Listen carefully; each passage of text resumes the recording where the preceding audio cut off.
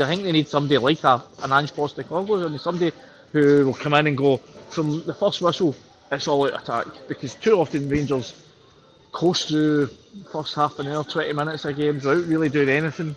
I don't know if Scott agrees with that, but I mean, I just think that if they're going to be serious about bringing in changing things on the pitch next season, whoever it be, Patrick Stewart, Fraser Thornton or the 49ers, they need to have somebody who is an ethos of we go out and we dominate teams, and not just dominate the ball, but they dominate in terms of how many chances they create. Mm-hmm. I mean, right now, Steven Gerrard is the bookies' favourite. He is. Russell Martin is the second favourite. But what about that, Scott? A potentially Ange Mark II? They would take that, certainly. I agree with Andy in terms of I'm not so caught up with actual style. I mean, you talk about Russell Martin there, for instance, who, no, it's no surprise that he's been linked to it because he's obviously done quite well down south, at Swansea and Southampton. Obviously lost his job fairly recently, but he is completely renowned for a style. I mean, that is his trademark. I think their possession stats are through the roof, but I think you need to be careful with that as well. It's dangerous to go down that road because you need to have possession with a purpose. And as Andy touched on there, Rangers are going to be the dominant team in most games in Scotland anyway. They need to be clinical. They need to put teams away. They need to put teams away early, like Ange Postecoglou Celtic did. Pretty much for the minute he came in, or shortly after he came in. So I'm not sure about Russell Martin in that sense, but they need somebody to come in who is used to winning, is used to dominating. And to be honest, I think they need somebody that knows how to win in Scottish football or British football. That's just my opinion. I know a lot of fans might disagree with that. I see a lot of names from abroad mentioned. I'm not convinced, I must admit. I think the Rangers need somebody who knows how to win games, how to win British games of football. And listen, Barry Ferguson might not have a lot of experience managerially, as we touched on last night, but he knows this club inside out. He knows Scottish football. He knows what it takes as a player to go to places like Rugby Park and win. So he might not have bags of experience, and people might on the outside might be thinking, this was a crazy appointment. Due to the kind of lack of that. But you never know in football. I said to you last night, Daniel, something might just click. I mean, you look back through the years. Somebody like Walter Smith came into Rangers with no managerial experience. He'd worked under great managers, obviously, and then gets the Rangers job, having just been an assistant, and turns out to be arguably the greatest manager in the club's history. Strange things like that can happen in football. And I'm not saying Barry will be there beyond the summer, but as I touched on last night, he's got a brilliant opportunity. He's got a crack at it. He's earned a crack at it, and it's going to be fascinating to see how it pans out. Just finally, and in terms of the game tonight, well, I know he's not got a deep pool to choose from, but is there any changes that you really, or you or the Rangers fans or whoever, do you think there's anything screaming out that they want Barry Ferguson to change in the lineup or the way they play? He kind of spoke about it yesterday. I think, obviously there's been a lot of hype, if you want to use that word, around Bailey Rice, especially in terms of one of the few young kids in the academy that people seem to be really, really excited about. Obviously, get his chance in that Queen's Park game, unceremoniously hooked after 45 minutes by Philippe Clement, which I must admit looked a bit harsh to me, given that I think there was a few other players that day that were perhaps more deserving of that. So I just wonder, given he was a young player himself, and we all know the story about him, about how he very nearly left the club, or was edging towards that on the basis that he didn't think he was getting much opportunity under Walter Smith. Eventually, Dick Advocat came in and gave him his chance at, I think it was 19, 20. And then, obviously, it changed his life, basically. From that point on, he went on to become a mainstay in the Rangers team, Rangers captain, Scotland captain.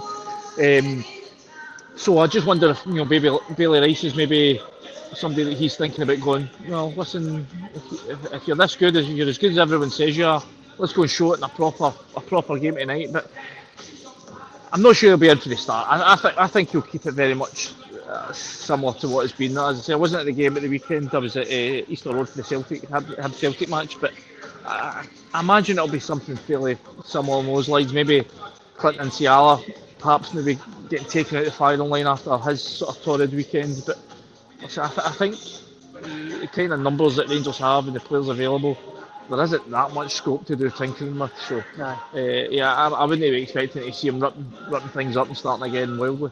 Just quite sorry, I'll let you go in 2 seconds, Andy. But the one player, just to put this to both of you, that I'd want to see Ferguson go in and give a proper shake and say, "Look, what is going on here?"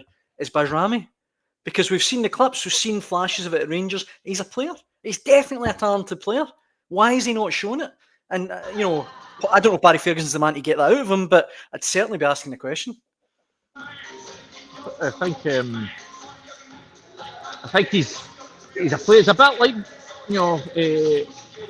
Václav Černý in that sense. He's a guy who plays in moments. I think you get far more moments out of Černý than you do out of Bajrami. I don't think there's any doubt that he's been underwhelming so far. He's said there's been flashes, a couple of moments here and there, but not nearly enough. Not for the money they paid for him. Kind of bizarre signing in the sense that he came in right late in the window, and at that point Rangers seem to have a million number 10s. A lot of his time here he's sort of been shunted out wide left, and then when he does get his chance through the middle, he hasn't grasped it, and more often than not he's found himself out of the team. He seems to come in now and again for European games because I think he does have that sort of pressing aspect that is important when Rangers play against sort of bigger clubs from Europe. But I agree, he's not been a guy who you can sit here and say he's been a great return on the money they invested in. Was it £3.5 million, something along the lines of that? So yeah. Just finally, what's your score prediction, Andy? How do you think it will go? Oh jeez. No pressure. I hadn't even thought. I'll go 2-1 Rangers, but I think it'll be tight. I think it'll be very tight. What do you think, Scott? How do you see it going? Oh, you've put me in a spot, Daniel. I think it'll be tough for Rangers. I think it might be a draw, actually.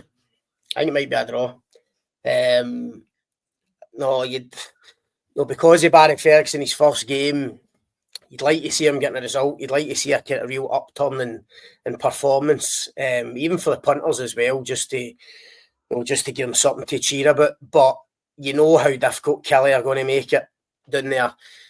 I think if Rangers had John Souttar and Leon Balogun available, I think Barry Ferguson would have put them straight in. He would have relied on those two at the back. No, it does not look like they're available.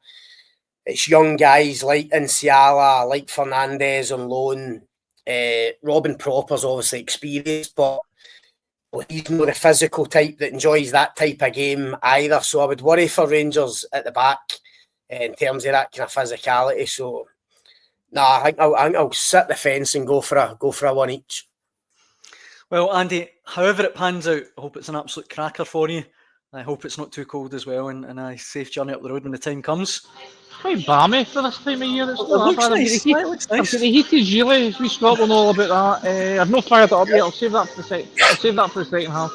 Nice one. Well, enjoy. Cheers, boys. Thanks, Andy.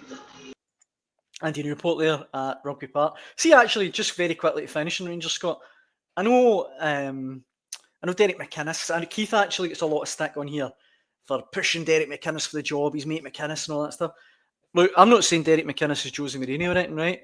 And I'm not saying he'd play amazing football. But I think if he became Rangers manager, he'd make them so hard to beat. He would really... I think he would be a really good Rangers, really, really tough to beat if he was Rangers manager.